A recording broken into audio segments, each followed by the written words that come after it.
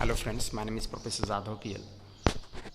Today we will going to see the vertical communication. Vertical communication is provided to afford the means of ascent and descent between the various floors of the building. आपल्याला एका फ्लोअरवरून दुसऱ्या फ्लोअरवरती जायचं असेल, वरच्या फ्लोअरवरून आपल्याला खाली यायचं असेल, तर त्या ठिकाणी आपण व्हर्टिकल मीन्स ऑफ कम्युनिकेशनचा आपण आधार घेत असतो. तर त्याच्यामध्ये व्हर्टिकल मीन्स ऑफ कम्युनिकेशनमध्ये आपण पाहतो की त्याच्यामध्ये वेगवेगळे मीडियम आहेत व्हर्टिकल कम्युनिकेशनसाठी. त्याच्यामधला पहिला जो टाईप आहे तो आहे स्टेअर केसचा. So stair is nothing but a set of steps connecting from the one floor to other is called as a stairs. Okay, आपल्याला ते 1 बाय 1 पाहायचं आहे.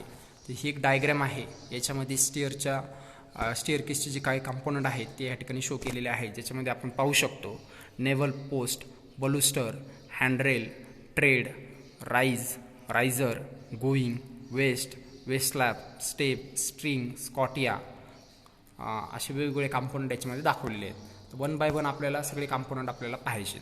तर पहिला कंपोनंट आहे पहा राईज.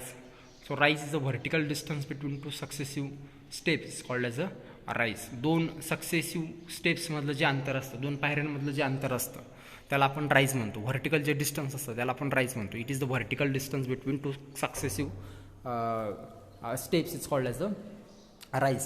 नेक्स्ट टर्म आहे riser. So it is the vertical portion of the step provided to support a tread is called as a riser. Riser म्हणजेच काय, एक व्हर्टिकल पोर्शन असतो स्टेपचा. व्हर्टिकल पोर्शन जो असतो त्याला आपण रायझर म्हणतो, जो ट्रेडला सपोर्ट करण्यासाठी प्रोव्हाइड केलेला असतो. नेक्स्ट कंपोनंट आहे tread. The horizontal portion of the step is called as a tread. स्टेपचा जो हॉरिझॉन्टल पोर्शन असतो त्याला आपण ट्रेड म्हणतो. नेक्स्ट टर्म आहे गोईंग.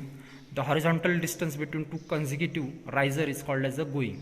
दोन रायझरमधलं जे डिस्टन्स आहे, 2 रायझरमधलं जे हॉरिझॉन्टल डिस्टन्स आहे त्याला आपण गोईंग म्हणतो.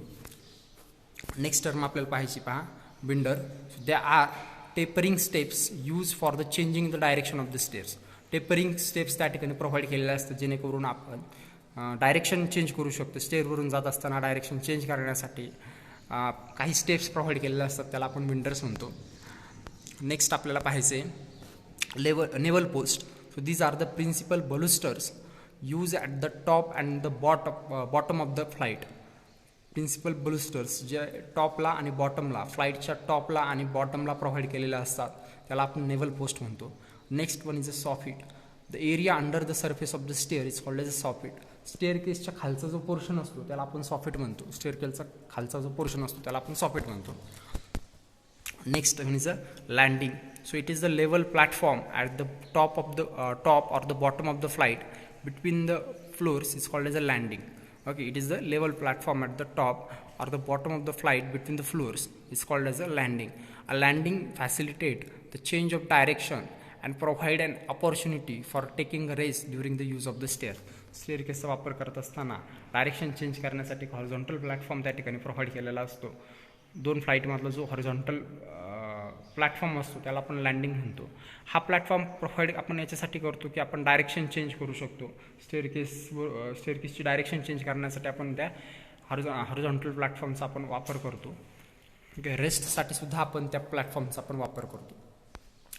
नेक्स्ट आहे पहा requirement of good staircase. So ideal requirement काय असलं पाहिजे स्टेअरकेसच्या, किंवा चांगल्या स्टेअरकेस आपण कधी म्हणणार चांगलं स्टेअरकेस, गुड स्टेअरकेस आपण कधी म्हणणार. तर काही प्रॉपर्टीज आहेत त्याच्या, त्या प्रॉपर्टीज, त्या रिक्वायरमेंट आपल्याला 1 बाय 1 पाहायच्या आहेत. First one is a location. So it should be located centrally so as to easily accessible from the every corner of the building.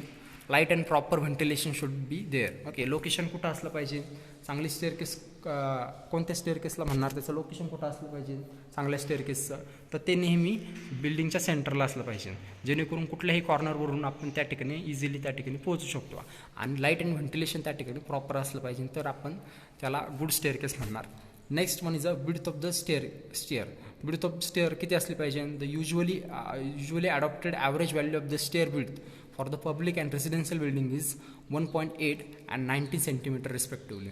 Okay, generally आपण 1.8 मीटर ते 90 सेंटीमीटरपर्यंत आपण जनरली ॲडॉप्ट करत असतो. पहा, जर पब्लिक बिल्डिंग असेल तर 1.8 मीटर आपण विड्थ आपण ॲडॉप्ट करतो, आणि रेसिडेन्शियल बिल्डिंग असेल तर आपण तर युजली 0.9 मीटर आपण ॲडॉप्ट करत असतो. ठीक आहे. नेक्स्ट आहे पहा length of the flight. Okay, तर फ्लाईटची लेंथ किती असली पाहिजे, तर number of step in a flight should be restricted to a maximum 12 and the minimum 3. एका फ्लाईटमध्ये 3 पायऱ्या असल्या पाहिजे किंवा कमीत कमी 3 पायऱ्या असल्या पाहिजे किंवा जास्तीत जास्त आपण म्हणू शकतो 12 स्टेप्स त्याच्यामध्ये असल्या पाहिजे. Next the proportion of the trade and riser. Trade आणि रायझरमधले प्रपोर्शन किती असलं पाहिजे, तर ट्रेड अँड रायझरमधलं प्रपोर्शनसाठी एक फॉर्म्युला आहे का, going in centimeter plus 2 times of rise in centimeter is equals to 60. तर ही जी इक्वेशन आहे ते सॅटिस्फाय जर होत असेल तर आपण म्हणू शकतो की ट्रेड अँड रायझरचं प्रपोर्शन हे चांगल्या प्रकारे त्या ठिकाणी प्रोव्हाइड केलेलं आहे.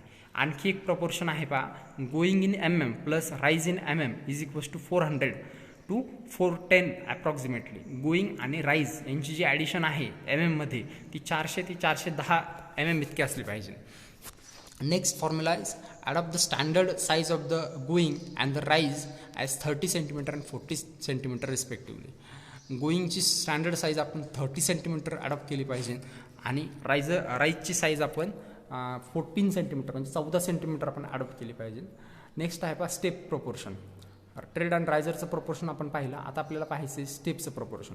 तर rise and tread of the each step in a stair should be of a uniform dimension throughout. Rise and tread हे याचं जे काही डायमेन्शन असतात युनिफॉर्म असलं पाहिजे, सगळ्या स्टेपसाठी ते सारखं असलं पाहिजे. Riser height, the height of the riser should not be more than 20 centimetre. रायझरची जी हाईट असते ती 20 सेंटीमीटरपेक्षा जास्त नको आहे. Winders steps as far as possible should be avoided. Winders steps आपण जनरली अवॉइड केला पाहिजे. ठीक आहे, आपण टाळले पाहिजे. अशा पद्धतीने हा जो टॉपिक आहे तो कंप्लीट झाला आहे. नेक्स्ट टॉपिक आपण पुढच्या व्हिडिओमध्ये कव्हर करू. थँक्यू.